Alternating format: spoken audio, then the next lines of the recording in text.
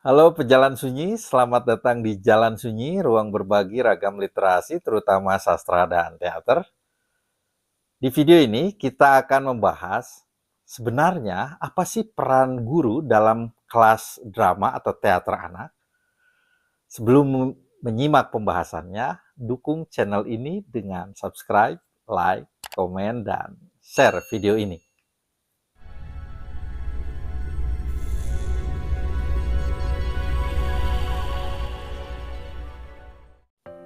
Kalau kita bicara tentang kelas teater atau drama anak, seringkali fokus kita ada di aktivitasnya, main peran, gerak kreatif, atau permainannya.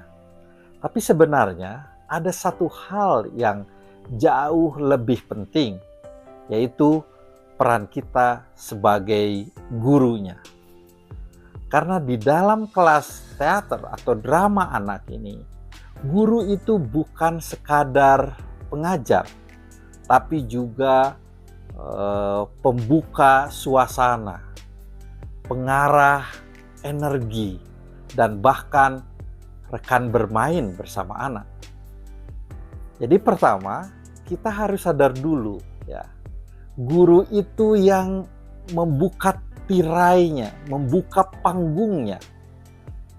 Nah, kita yang menentukan apakah kelas ini akan terasa aman, akan terasa nyaman, kelas ini apakah menyenangkan, atau justru membuat tegang. Jadi peran kita itu sangat menentukan. Yang pertama yang bisa dilakukan adalah jadi penengah, bukan hakim ya dalam drama atau teater anak ini. Dan anak pasti akan bekerja di dalam kelompoknya. Dan ya, konflik itu pasti ada ya, rebutan peran, mungkin rebutan properti, beda pendapat atau tidak mau mengalah. Di sini peran kita bukan jadi hakim yang langsung memutuskan ya, tapi jadi penengah. Bantu anak untuk mengungkapkan apa yang mereka rasakan, apa yang mereka alami ya. Dan coba mendengarkan temannya dan ajak mereka mencari solusi bersama. Karena justru di situ mereka belajar hal yang penting. Ya. Selanjutnya adalah selalu berpusat pada anak. Kelas drama atau teater untuk anak bukan tentang kita, tapi tentang anak-anak. Jadi coba terus tanya ke diri sendiri, ya, apakah ini sesuai dengan kebutuhan mereka? Atau ini hanya mengakomodir keinginan kita aja sebagai gurunya? Apakah mereka, anak-anak ini menikmati prosesnya? Ya? Atau jangan-jangan kita yang seringkali memaksakan kehendak? Kalau jawabannya iya, berarti kita ada di jalur yang tepat. Ya.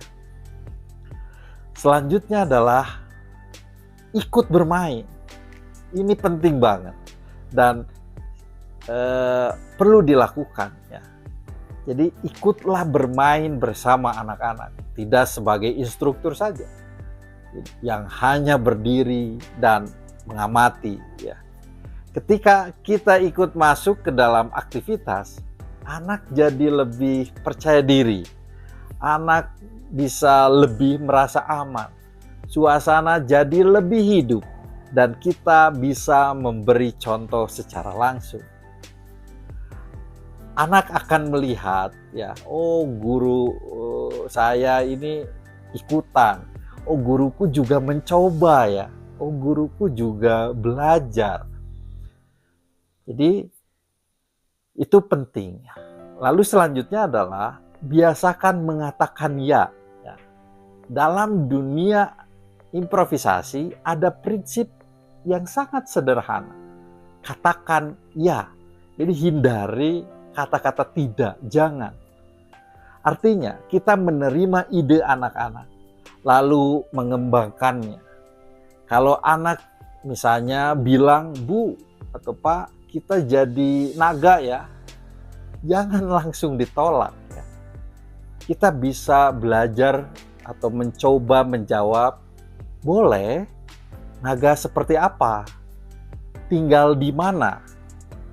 Dari situ, imajinasi bisa berkembang jauh. Ya. Mereka akan memikirkan lebih lanjut. Selanjutnya adalah kita perlu peka terhadap emosi anak. Kadang kita terlalu fokus pada misalnya jadwal latihan, ya, target-target latihan. Padahal yang paling penting bukan cepat selesai, tapi apakah anak sudah siap? Kalau mereka masih asik bermain, ya, beri waktu dulu. Kalau mereka mulai lelah, itu tanda untuk membuat transisi, ya. Itu tanda untuk waktunya berpindah. Jadi kelas drama itu soal rasa, bukan hanya struktur, ya, yang kaku, yang tidak menyesuaikan dengan konteks yang terjadi. Yang selanjutnya adalah jadi diri sendiri. Setiap guru punya gaya yang berbeda. Ada yang tenang dan lembut, ada yang energik dan ekspresif, dan semuanya valid. Ya.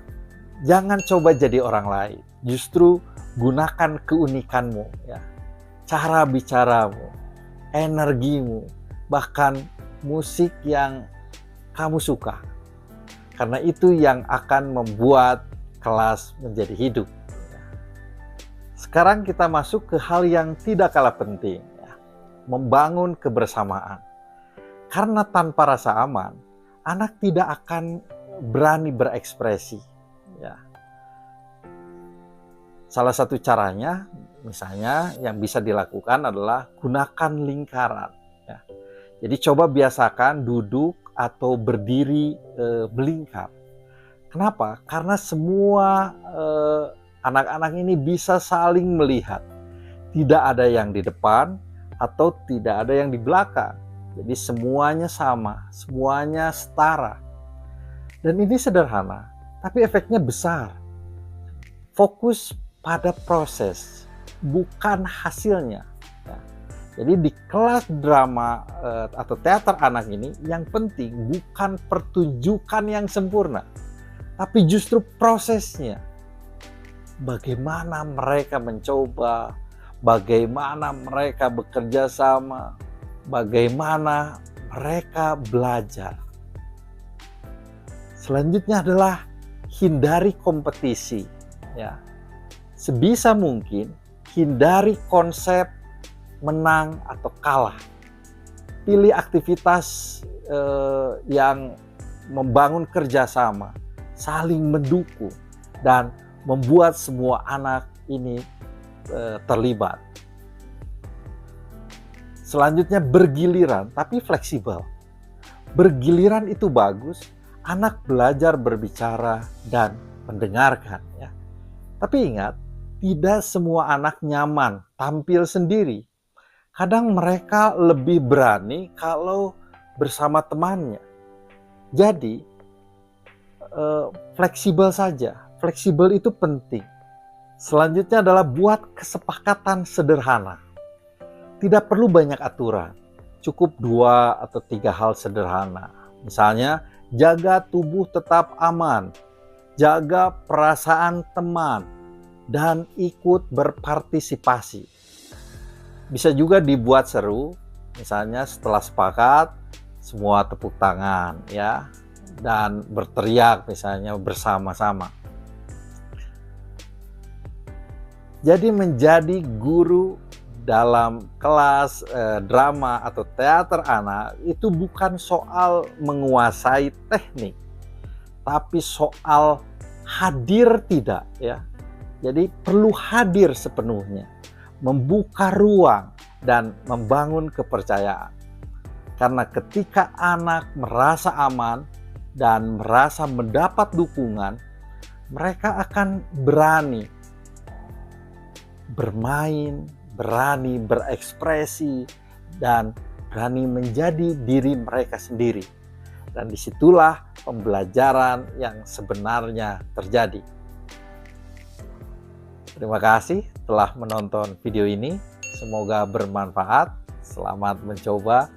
Sampai jumpa di video berikutnya.